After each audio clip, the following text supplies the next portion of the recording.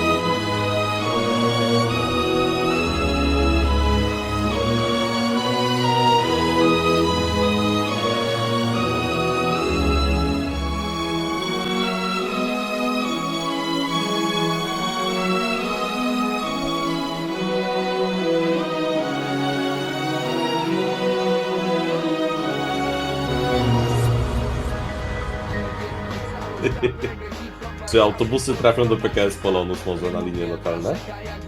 PKS Grodzisk Mazowiecki. Dziękuję.